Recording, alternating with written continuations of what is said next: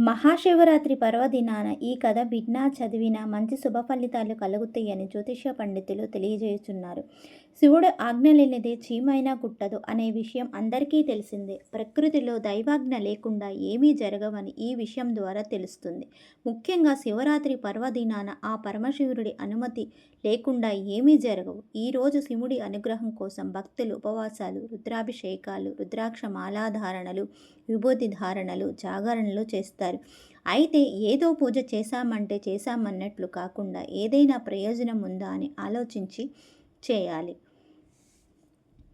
ఈ ప్రశ్నకు సమాధానం సాక్షాత్ ఆ పరమశివుడే ఓ కథ రూపంలో పార్వతీదేవికి చెప్పాడు. పూర్వం ఓ బోయేవాడు ఉండేవాడు. వృత్తిరీత్యా అడవికి వెళ్ళి జంతువులను వేటాడి కుటుంబాన్ని పోషించుకుంటూ ఉంటాడు. అయితే ఓ ఉదయాన్నే వెళ్ళిన అతడికి ఒక్క మృగం కూడా కనిపించలేదు. పొద్దుపోయేదాకా ఎదురుచూసిన ఫలితం దొరకపోవడంతో నిరాశగా ఇంటి ముఖం పట్టాడు. మధ్యలో ఓ సరస్సు కనిపించింది. దీంతో ఏదైనా జంతువు నీళ్లు తాగడానికి వస్తే సంహరించవచ్చునని భావించి దగ్గరలోనే ఓ చెట్టు ఎక్కి కూర్చున్నాడు. అతడికి ఊతపదంగా శివశివ అనవడం అలవాటు. అది మంచో చెడో కూడా అతడికి తెలియదు. చెట్టుపై నుంచి జంతువులు సరిగ్గా కనిపించేందుకు ఆ చెట్టు ఆకులు కొమ్మలు విరుస్తున్నాడు.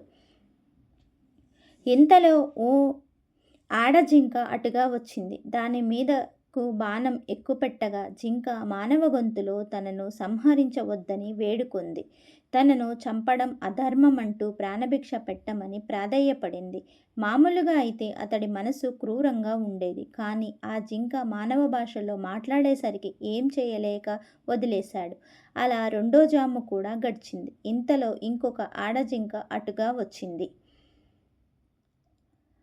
దాన్ని కూడా సంహరించాలని అతడు భావించగా తను బక్కపల్చగా ఉన్నానని తన మాంసంతో మీ కుటుంబం ఆకలి తీరదంటూ విడిచిపెట్టమని కోరింది. మరి కాసేపటికి నీకు ఏ జంతువు దొరకనట్లయితే తానే తిరిగి వస్తానని వేడుకుంది. మొదటి జింక కూడా ఇలాగే పలికేసరికి ఆశ్చర్యపోయిన వేటగాడు తన ప్రాప్తం ఇంతే అనుకొని దాన్ని విడిచిపెట్టి ఇంకొక జంతువు కోసం ఎదురు చూశాడు.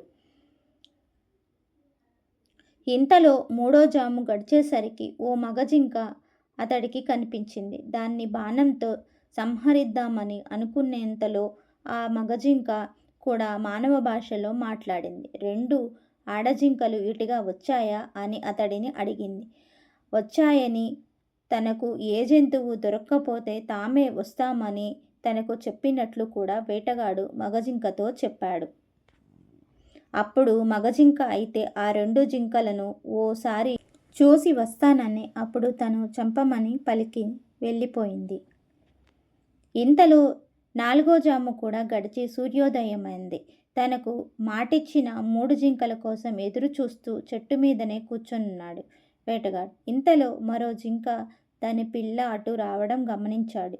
విల్లెక్కు పెట్టి బోయవాడితో ఆ జింక కూడా తన పిల్లలను ఇంటి వద్ద విడిచి వస్తానని అప్పటి వరకు ఆగమని పలికి చెప్పి వెళ్ళిపోయింది. మరికొద్దిసేపటికి 4 జింకలు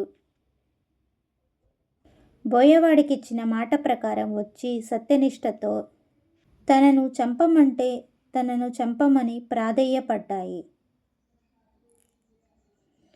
ఆ జింకలు సత్ప్రవర్తన వేటగాడిలో మార్పు తీసుకువచ్చింది. ఆ రాత్రంతా అతడు కూర్చున్నది మారేడు చెట్టు కావడం, అతడికి తెలియకుండానే శివనామస్మరణ చెయ్యటం, తన చూపునకు అడ్డు వచ్చిన మారేడు ఆకులు కోసి కింద పడేయటం చేశాడు. ఆ చెట్టు కిందనే ఓ పాత శివలింగం ఉండటం వల్ల ఆ మారేడు దళాలు శివలింగంపై పడ్డాయి. దీంతో మారేడు దళ పూజ ఫలితాన్నిచ్చింది. 4వ జాము వరకు మెలకువతో ఉన్నాడు కాబట్టి జాగరణ ఫలితం వచ్చింది. క్రూరత్ముడైనప్పటికీ ఈ పుణ్యకార్యాల వల్ల అతడు మనసు నిర్మలమైంది. పైగా జింకల సత్యనిష్ట అతడిని పూర్తిగా మార్చివేసింది. శివరాత్రి పర్వదినం అని తెలియకపోయినా అనుకోకుండా చేసిన పూజా ఫలం వల్ల అతడు హింసను విడనాడాడు. జింకలు తమ సత్యనిష్టతో పరమేశ్వరుడి అనుగ్రహం పొంది మృగశిర నక్షత్రంగా మారాయి. వేటగాడు ఆ నక్షత్రానికి వెనుక ఉజ్వలంగా ప్రకాశిస్తూ లుబ్ధకా నక్షత్రం అనే పేరుతో నిలిచిపోయాడు. హింస చేయాలనుకున్నప్పుడు క్షణకాలం ఆగి ఆలోచిస్తే మనసు దాని నుంచి మరలుతుంది. జింకలను చంపడంలో కాలయాపన చేసి బోయేవాడు చివరకు అహింసావాదిగా మారగలిగాడు.